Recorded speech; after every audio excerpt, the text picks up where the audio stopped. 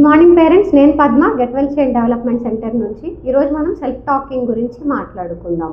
Self talking అనేది కామన్గా పిల్లాడు ఏదైనా టాయ్తో ప్లే చేస్తున్నప్పుడు కానీ, లైక్ బీటీ యాక్టివిటీ చేస్తున్నప్పుడు కానీ, ఏదైనా ఒక యాక్టివిటీ చేస్తున్నప్పుడు కానీ కంప్లీట్గా తనలో తనే ఎక్కువగా మాట్లాడుకుంటూ ఉండడాన్ని సెల్ఫ్ టాకింగ్గా చెప్పచ్చు.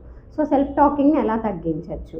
ఫస్ట్ ఏం చేస్తారంటే స్క్రీన్ టైంని అవాయిడ్ చేయండి, వీలున్నంత వరకు రెడ్యూస్ చేసేయండి, ఇంకా బెటర్. పిల్లాడు ఏదైనా మాట్లాడుతున్నప్పుడు ఆ కాన్వర్జేషన్లో మీరు కూడా యాడ్ అవ్వండి.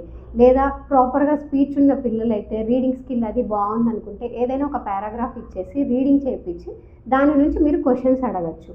లేదా పిల్లాడు ఏదైనా ఒక యాక్టివిటీ చేస్తున్నప్పుడు మాట్లాడుతున్నాడు అంటే ఆ కాన్వర్జేషన్లో మీరు కూడా జాయిన్ అయ్యి యాక్టివిటీని చెప్తూ కంప్లీట్ చేస్తూ, నేను రెడ్ కలర్ పెట్టాను, గ్రీన్ కలర్ పెట్టాను, తర్వాత బ్లూ కలర్ పెడతాను, బాల్ తీసి ఇక్కడ నుంచి అక్కడ పెడతాను అని ప్రాపర్గా దాని గురించి ఎక్స్ప్లెయిన్ చేస్తూ యాక్టివిటీని చేయించమని చెప్పండి. సో ఇలాంటి టిప్స్ని పాటిస్తూ ఉండడం వల్ల కొంతవరకు సెల్ఫ్ టాకింగ్ అనేది రెడ్యూస్ అయ్యే ఛాన్స్ ఉంటుంది. సెల్ఫ్ టాకింగ్ అనేది సమ్టైమ్స్ పిల్లాడికి